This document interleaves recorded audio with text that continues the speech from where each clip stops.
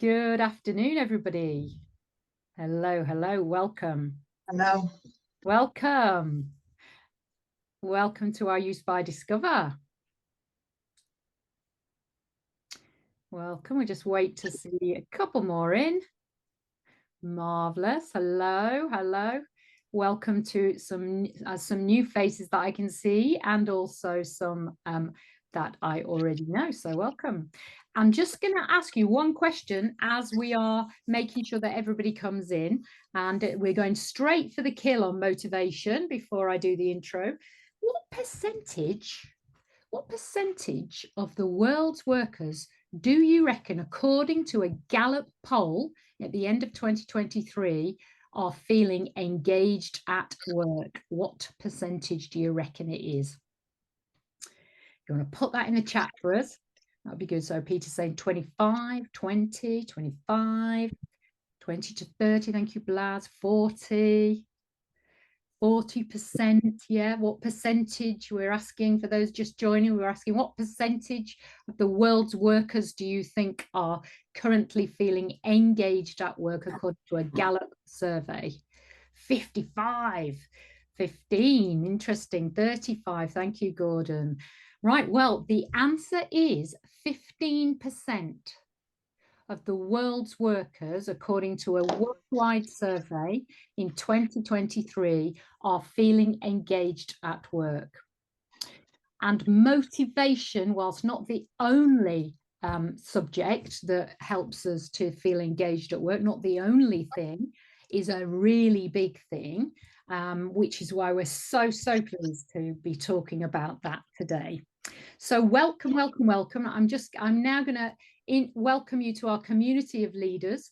At Uspire, we have a vision, and that vision is to encourage and to bring together the finest leaders in the world. And we've got a fair number of commercial leaders here as well. And so welcome. We run these sessions once a month. And today's session, I'm absolutely delighted, is going to be about motivation. Kate Turner is our motivation expert at Uspire. And Kate comes from a background in people management and HR, where the last 15 years in engineering, in finance, in tax, in accounting, all sorts of areas. And then the last 15 years, she's become, over that course of 15 years, has become an expert in motivation. And she's written a book called Create Motivation. And I have to say, it's one of the books that is very well flicked through for me. It's got lots and lots of tabs in it.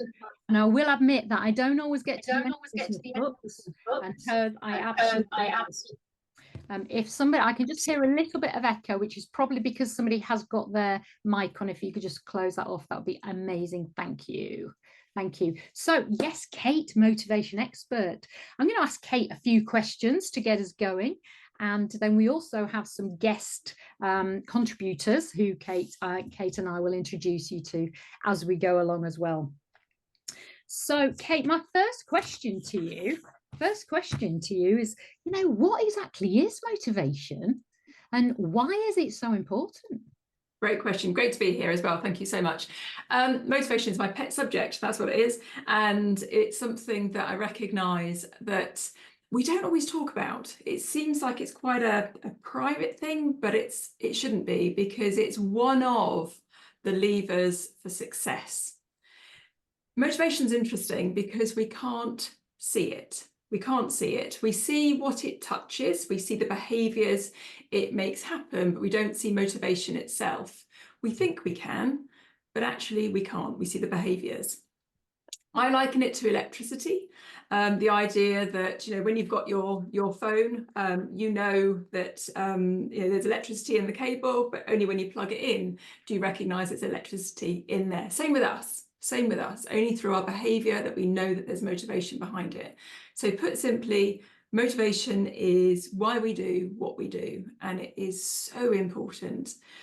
The way that I see it is that we've got, if you like, 3 ingredients that enable us to succeed. So it used to be called the performance triangle. I've now changed it to the success triangle.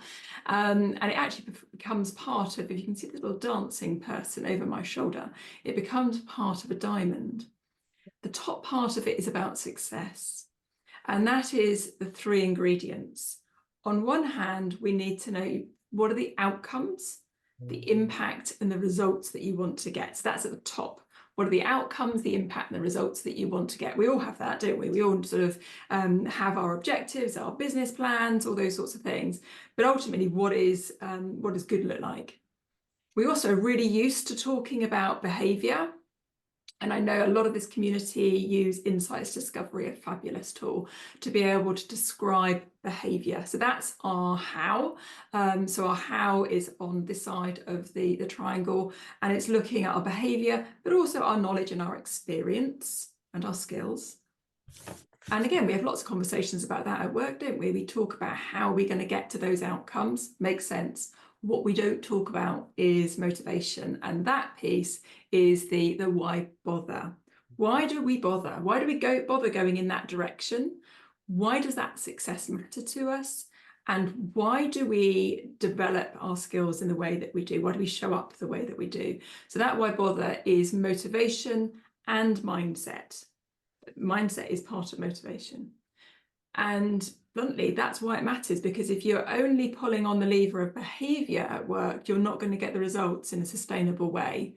You need that other lever, the other handle, a handle on the motorbike. So as you're going forward, you need both hands on the handlebars to drive you in that direction. So that's why I see motivation as so important. It's part of that equation.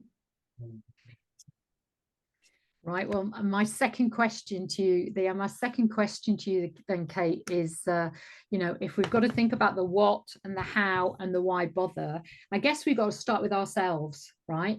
We've got to start with ourselves. So, what does fuel us personally, and what do we do about it? It's a big subject. So where do we start? Where do we start?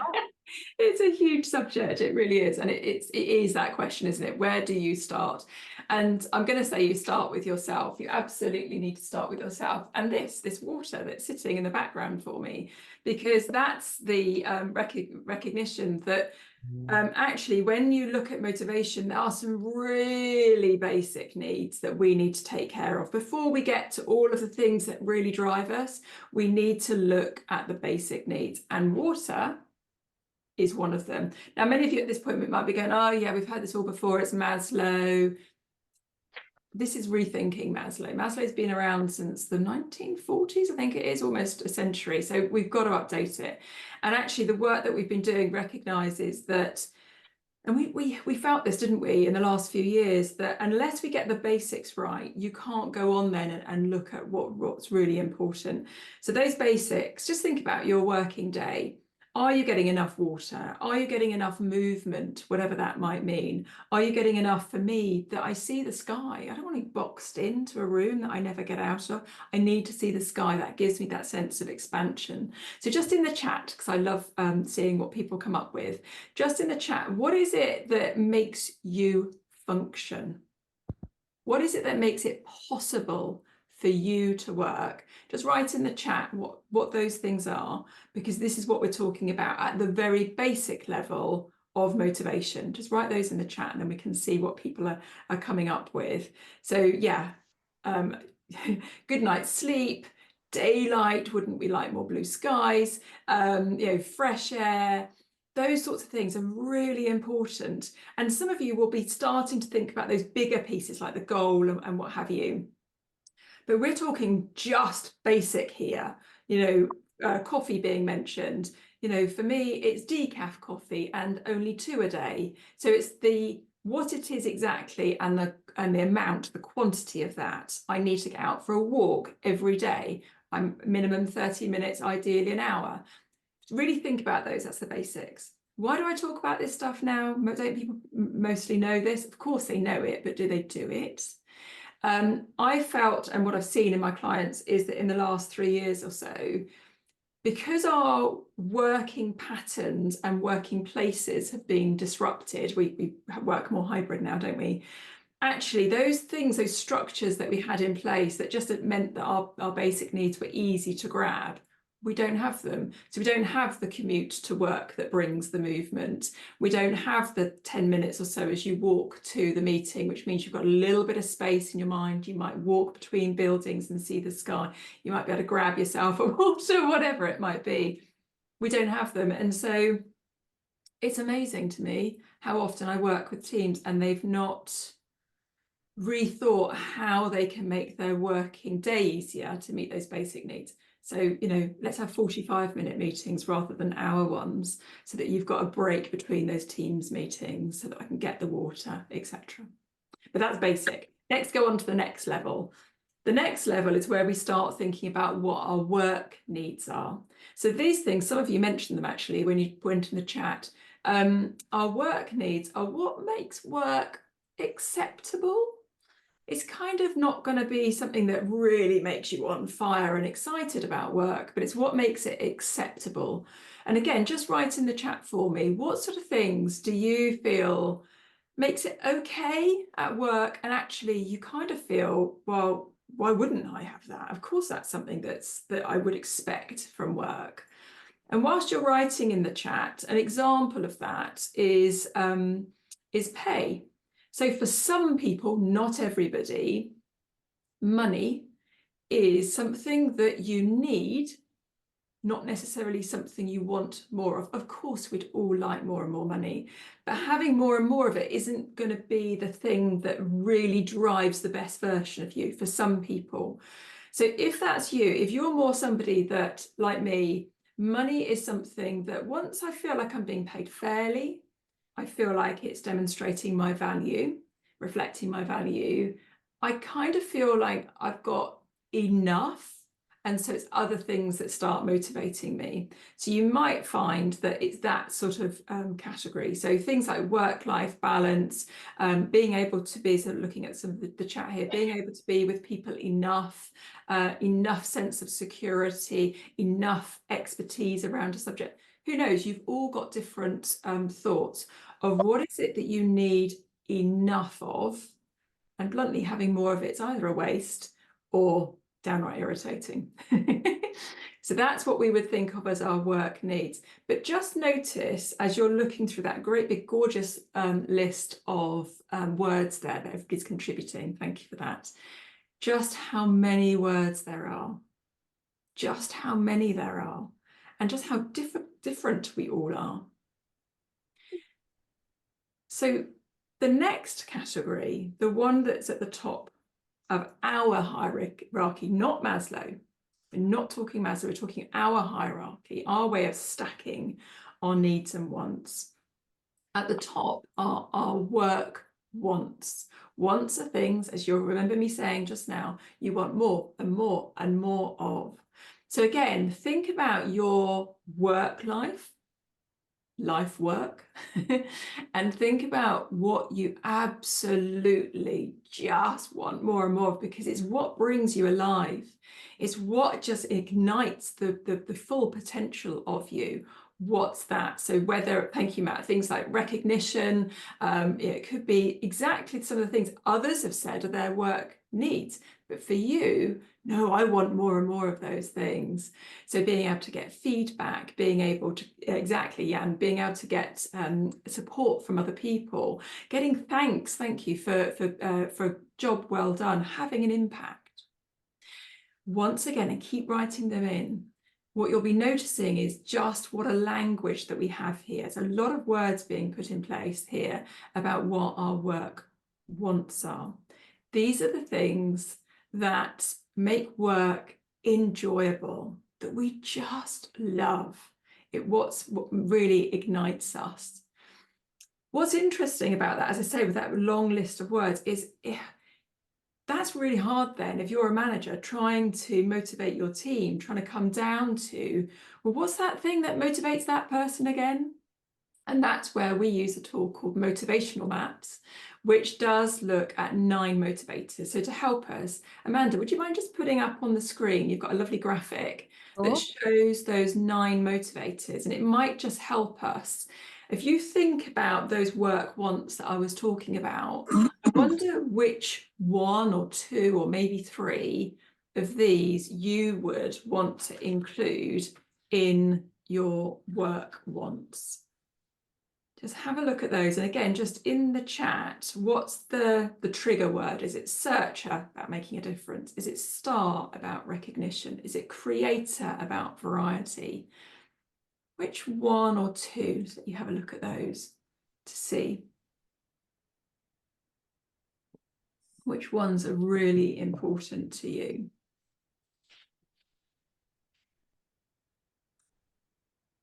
A lot to read on those slides, but on that slide, but let's have a look. So we've got Lucy with creator, thank you.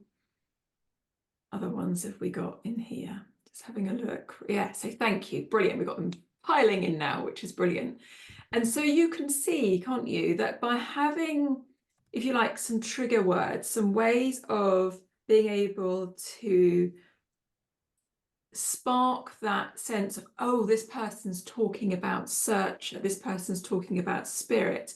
It enables you to have an easier conversation. It creates a language in a business, creates a language whereby we can start talking about what motivates us. And the second measure must be about how well is that motivator being met. And that's what Motivational Maps does. It looks at both of those things. Now, I think, Amanda, you've recently been talking about this with one of your clients, haven't you? It'd be great to think he's here today, isn't he? I have. Yeah, and that's Matt Spencer, who I know is here. And yeah, Matt is the commercial director at Cafe Nero. And you and I were talking about this last week, weren't we? So yeah, Kate, what would you like to ask Matt? Well, I guess I'd like to know, I think you've recently done your map. So I guess I'd like to know what were your impressions? What is it you now know about what motivates you? Any surprises as well? Interestingly enough, hello everybody. Hello there. Interestingly enough, I've been doing some work separately with Amanda around motivation and in terms of what's important to me. And it was did the motivational maps only this week, and funnily enough, the same things came through. So I actually had 3 pretty equal things which came through as my most important motivators. I'm happy to share what they are. It was the star, which is about recognition, status, and such. The spirit, which is about independence, being decisive. So my need is for freedom and autonomy. Who knew? Well, I did, actually. And then the defender, which is about stability, security oriented, and accuracy. So interestingly, I've done an exercise where, and it's very revealing, because you've got to be really honest with yourself about what is important to you. And it's you, not what other people say you should think is important. It's not what you feel should be important. It's what is actually important to you. And be honest with you. And it's almost like, look, if money is important to you, it's important to you. It doesn't matter what society says. It doesn't matter what your partner says. It doesn't matter what anyone says. If it's important to you, it's important. And it's that honesty piece that can actually reveal those things, which, because you're not being, I guess, true to them, that's where your frustrations can come in. You know, you can exactly that. There's such great insight there, Matt. So what I'm hearing in there is, in order to make that invisible piece of motivation, stuff that we may not quite be able to get hold of, although we think we can through some conversations, what you've recognized is how honest you've needed to be. And then once you got that information back, you're able to say, yeah, that I recognize that, makes sense to me. And then the second thing I heard you say there, which I think is so important, isn't it? Sometimes the culture of the business that we work in, or the country in which we are, or our friendship groups, can make us feel like, oh, can't mention that one because that's not what they would say is good. But it's what your fuel is. Yeah. It's your fuel. So don't be embarrassed or whatever that you're motivated by whatever. It's just your fuel. And actually, in the same way as if I'm driving along and I've got a hire car, I want to know what fuel does it need. I'm not going to go diesel, and if it's petrol, it would ruin it. So yeah, really, really great points. Any other insights that you wanted to share from your profile, Matt? Also, it's, as a result of this kind of insight, or indeed sort of self-analysis, self-awareness, it's actually made me sort of face into some other aspects of the life outside of work as well. And so one of the things I've taken up and really sort of thrown myself into is actual football coaching, or soccer coaching, as you might say in the US. So football coaching. So I actually coached my daughter's football team, and I had a lightning bolt moment, probably 2 to 3 matches in, and what I was doing was projecting what I thought was about what was important to me. Actually, having done this work, what I realized was it wasn't about winning at all costs at all. It was actually where I get the most joy from this now is watching those kids enjoy themselves. That's what I get most joy out. We happen to be winning. So I almost turn the whole thing on its head. And I did that by actually talking to them and saying, look, what do you want to get out of this? And taking it away from me. But then it turned out that exactly what they wanted, what they were looking for, was actually the stuff that's important to me. Yeah. I told myself we're here to win. That wasn't the case. That wasn't the case. And actually, when I reflect on my motivations, winning's not in there. No. In fact, the one we would associate most with winning would probably be Builder. Builder is one of the more competitive ones. That's further down that profile from what you were saying. So what is it about that joy of seeing the kids playing that links to one of your top 3 motivators, do you think? Can you see that yet or not? Yeah, I think it's the, a little bit egotistical, but I'll say it. It's the recognition bit. Yeah. It's the recognition bit. They're playing better and they're enjoying themselves more, and they're getting more from it because of what I've brought to the team. Perfect. In the nicest possible way, but by doing it in a non-egotistical way. And we're all getting more out of it now. I think that's so important, isn't it? Because so the reason you're doing that work with those kids outside of work, giving your time, giving your energy, you could do it because I just want to win this weekend, but for you, that's not it. For you, it's about how can you get the social esteem, the joy of the kids, making you feel good. That's what STAR is. It's how you can make others feel good, which makes you feel good. It's social esteem. That's what STAR is about. And you knowing that means that, as you quite rightly said, you'll be going into those games and motivated to keep going with those games because you recognize it's going to fill you up. It's going to fill up your fuel tank. Yeah, we're wrong. We'll rather win. And and if they win, that's a side effect, that's an outcome, but it's not the driver behind it. No. And so thank you, Matt. I really appreciate you sharing with all of us this. And as you say, I think it's really important to recognize that when people first start talking about this motivational stuff, they can feel a bit like, oh, I'm not sure. But because of something like motivational maps, where you've got a profile, it makes it easier to speak to. In the same way for those that have done insights discovery on behavior, by having a profile and talking about the colours, it makes it more objective and you can talk around it. And those social norms and those cultural pieces can sort of fall away because it just is. It's written here. You can speak truth to it. Thank you, Matt. I appreciate your insights there. Good stuff. Right, where to next? Yeah, where to next? So one of the things that the other area of motivation is when we're in a team, if you remember, and Matt's just talked about his team inside and outside of work. And I guess the next question, which I'm going to come on to in a second, is team. Before I do that, though, I just thought, Kate, it might be worth offering up the slide again that shows the different motivators. Please feel free to take a screenshot or a photo. because one of the questions I'm going to ask you at the end is, what would be one thing that you could do to improve your motivation mojo? And that might help you. So I'm just going to do that, and then we'll move on to another question, if that's okay. Amazing. Okay, let's. So as you're doing that, let's have a quick look at those words. So you'll remember that when we were talking to Matt just now, he was talking about STAR. I talked about that social esteem, didn't I? I think he also said spirit, so the freedom, the independence. He probably wants to go about working with those kids his way, and he likes the freedom that he has around it. I didn't ask him about that, but there's going to be something about the freedom that gives him. And he also mentioned defender, which we didn't get into, but that's security, predictability. So that will come into something else that he does. So take a screenshot, have a look at those words, see what lands for you. And interestingly, when we were talking, do you remember I said that there are work needs and there are work wants? These same 9 will stack up. The lower ones will be your work needs. You just want enough of these. So for me, actually enough defender, enough friend. They're at the bottom of mine. I don't need loads.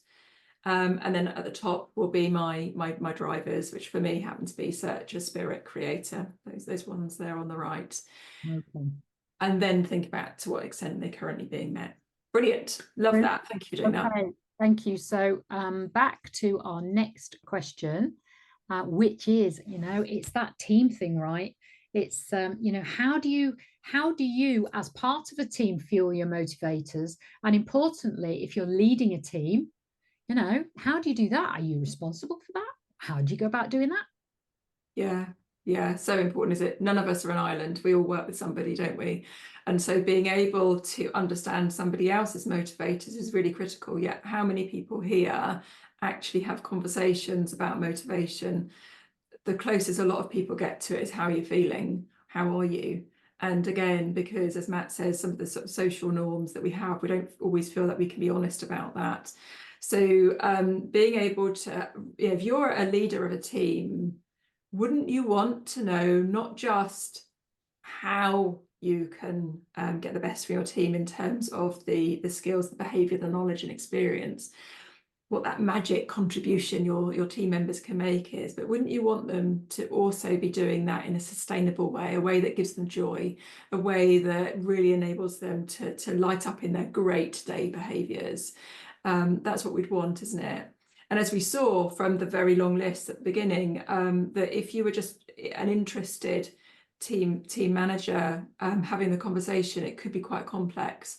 So by using motivational maps, not only does the individual themselves start to take responsibility for their own motivation. This is not a job of leadership to do this. This is each of us. It's our personal leadership to take responsibility for our own. Not only does it drive that, it also means you can have a conversation. The two of you can have a conversation about, what is it that you want and need at work to make sure that you're really firing on all cylinders? What is it that enables work to be really enjoyable, not just acceptable? And I think that's improving the human experience of work. That's what I'm about. It's about really enabling the humanity to come into the workplace. So that's one thing, it enables conversations, but also it's about, through team maps, which is where you start combining the data really nicely, you can start to see where, what drives the whole team, where itself might have some conflicts, a whole host of areas. There's some real quality that can come through by having these conversations, in the same way as if you've done this with insights around behaviour. Why wouldn't you look at this other piece? One more thing, and then I'm going to bring in another member of the call here, member of the Uspire network.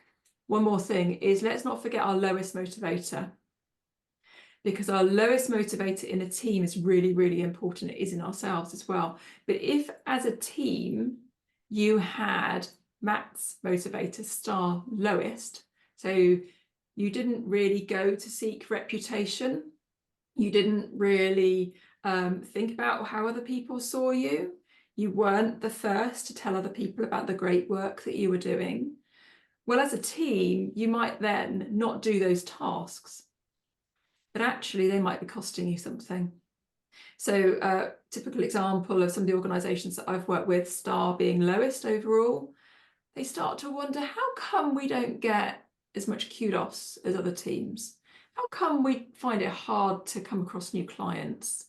How come we don't get the budget at the end of the year? And it's because they're not showing up. They're not speaking up. They're not shouting about what they do.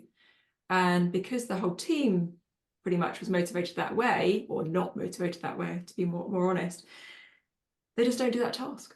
And that was in detriment of what really drove them, the making a difference, being able to deliver. So it's really, really important to remember your lowest motivator. I'm going to come to another member of the esteemed Uspire network here, which is Colleen. So Colleen Wiltshire, whilst we just get her on screen, there she is, fabulous, lovely to see you, Colleen. Lovely to So be Colleen, here. you are a people and culture specialist consultant.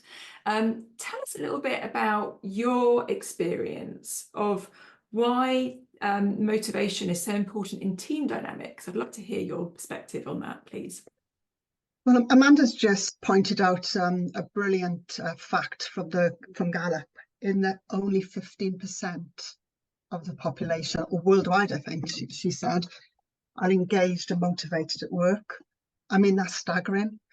There's the competitive marketplace. There's always somewhere else to go. There's always somebody offering a little bit more money or a little bit better benefit.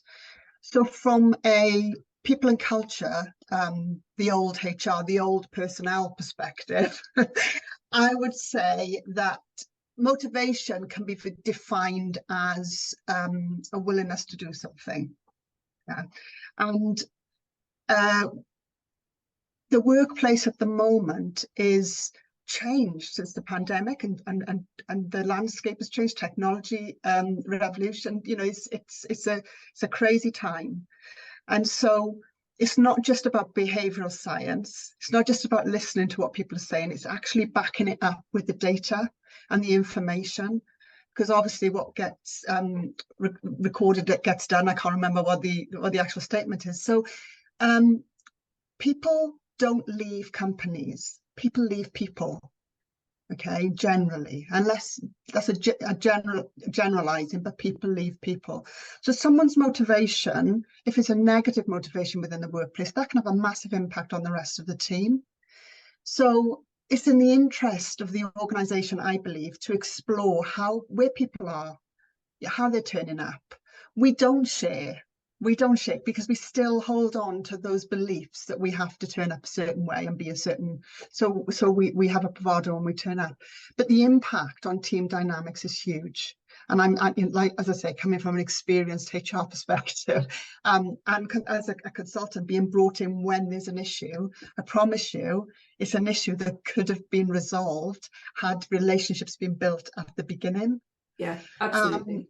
The other thing is, I guess, in order to kind of convince people to really gather the data, I would say that building a team is costly in terms of time and finances and all the rest of it. In my mind, there's 4 elements to it. And the first one is culture. You have to build the culture.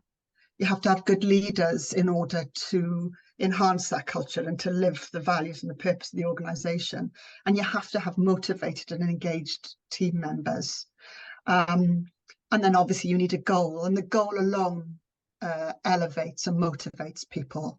So there's a lot that goes into building the team. So any leader should really take a clarity break to think, how am I going to retain this team? How am I going to build this team? Who am I going to add to this team? How am I going to keep them? So motivational maps is a tangible report.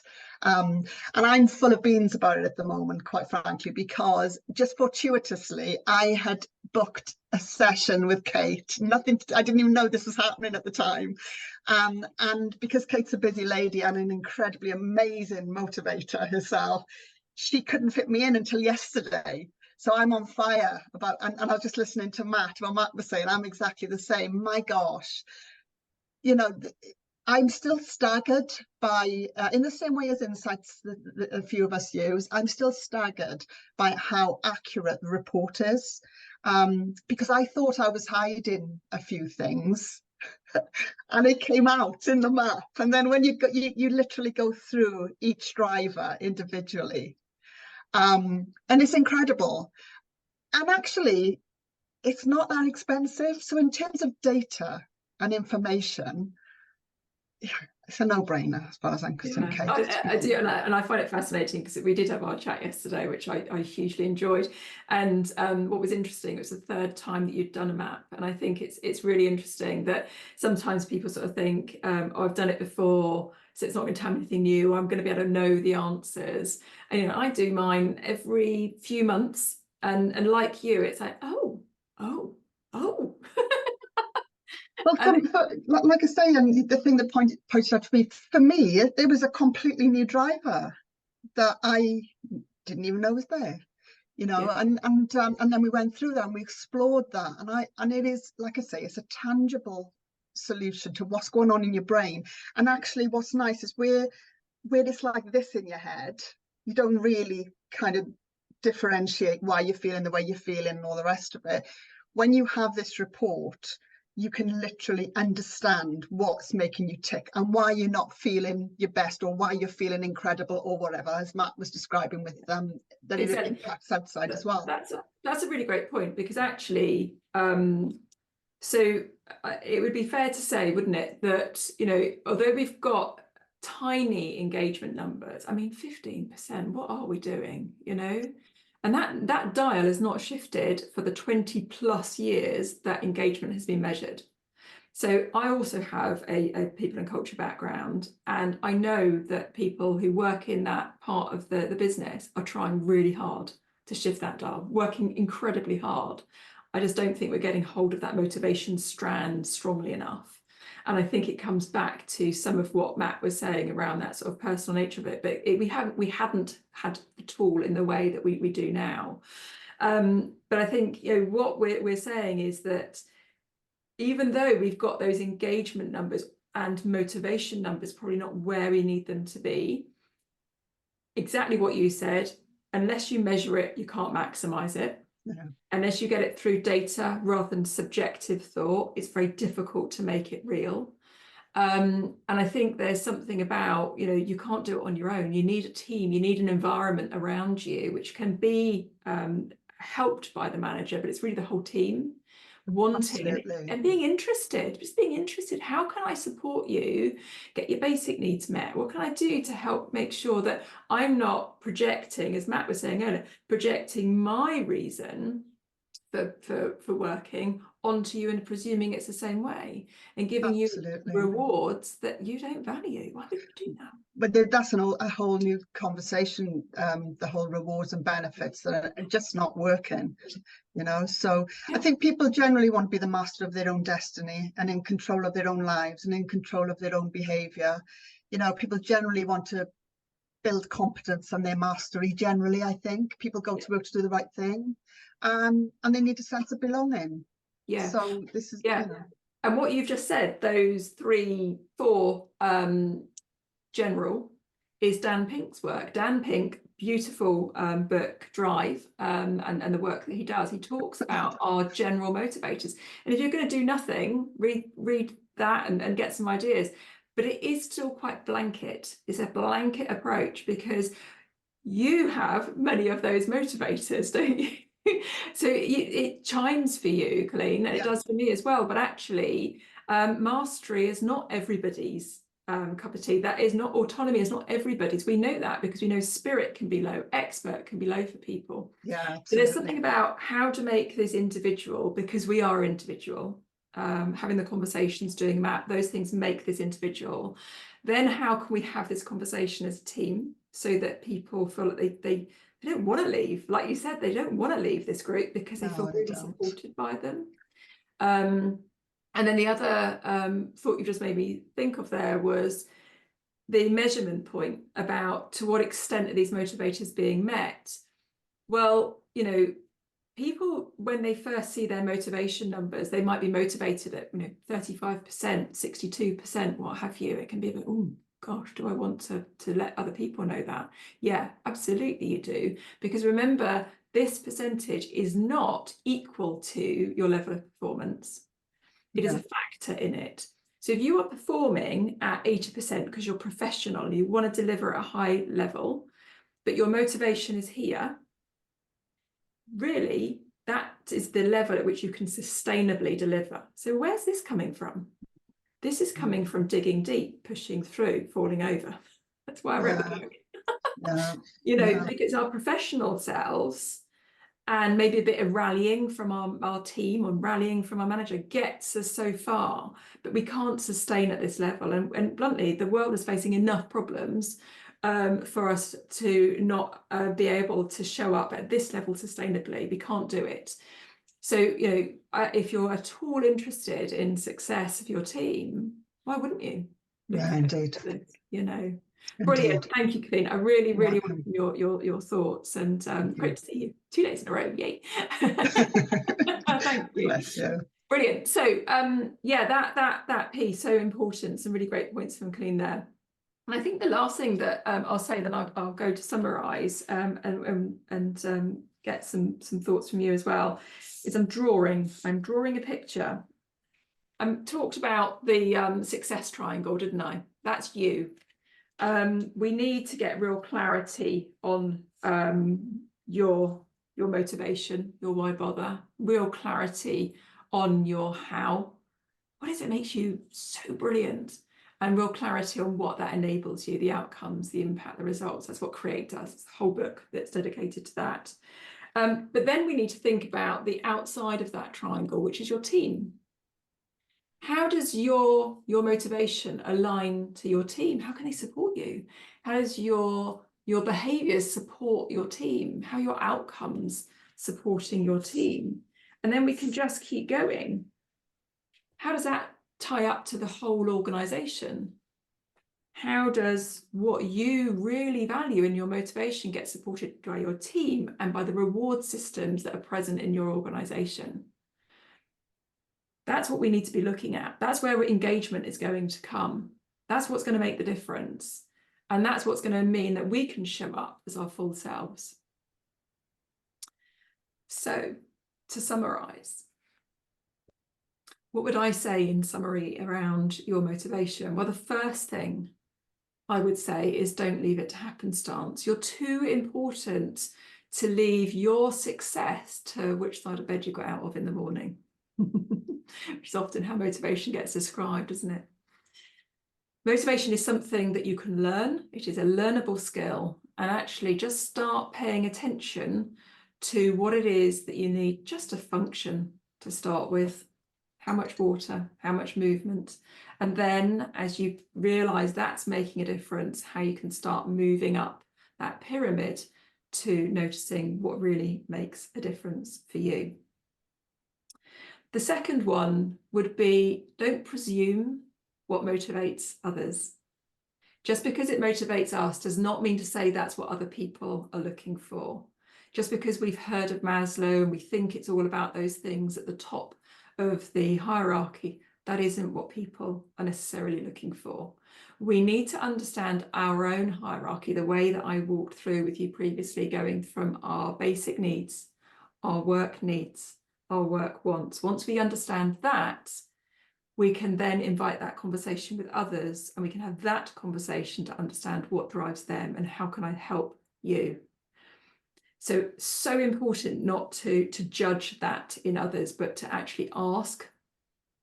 And don't presume from that you can go and look at their psychometric profile and say, because you're this, that means that.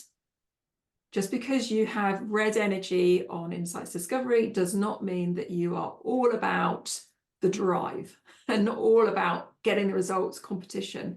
There might be some overlap, but you could be showing up quite differently. I've got plenty of people who've got red energy for whom they don't want the big director position. They don't want the control. They want to be able to connect. They just turn up with red energy. So it's something to really think about, that second point. Don't presume what motivates others. And the third one really goes back to this drawing, which is, what can you do to understand yourself better, owe it to yourself to understand yourself better, but then think about, and how does that sit in my team? How can I align that in my organization?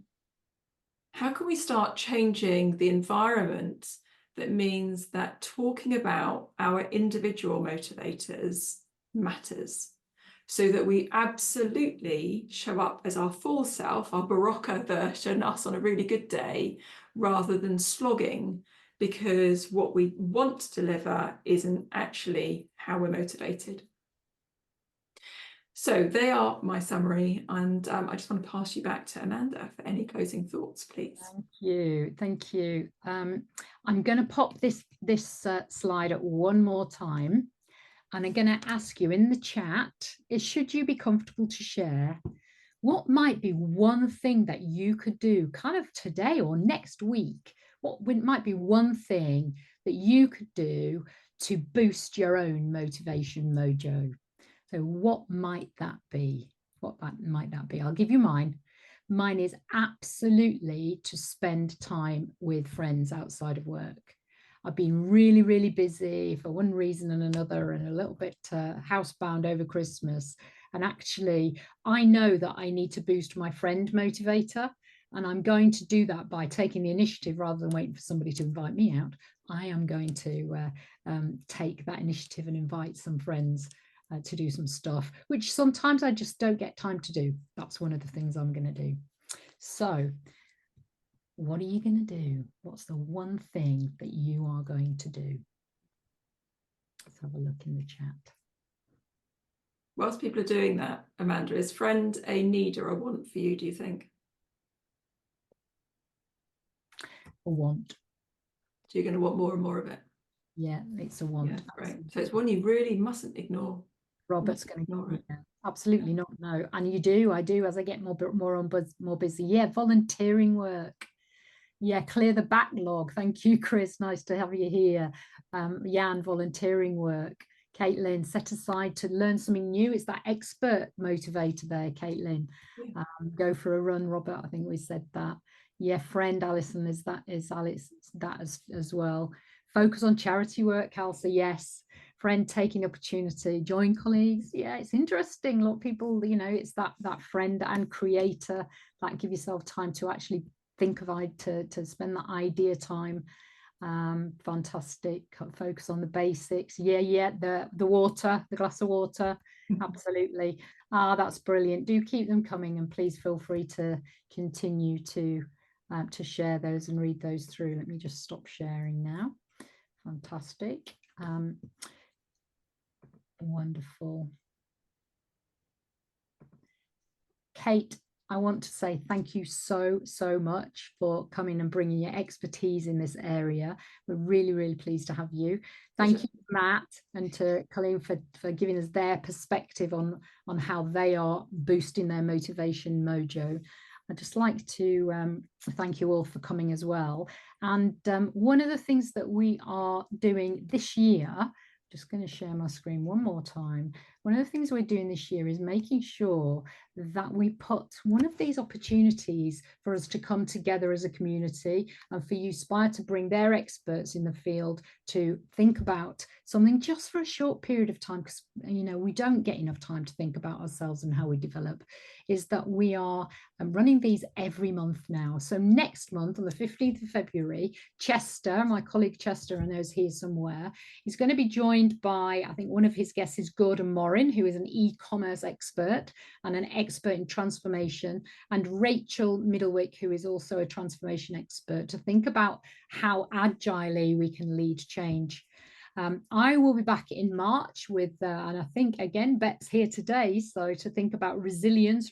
Beth is a resilience expert, runs a company called Thrive 365.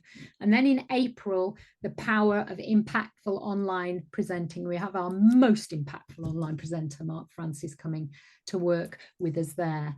And our marketing manager has done us a QR code. So if you would like to be registered immediately for those next 3 sessions, then you can, so that you can get them in your diary and you don't miss them. just scan this QR code and that will allow you to be registered immediately for all of them, which is fantastic. So I'm going to give you a couple of seconds to do that, and then we will finish off. Okay.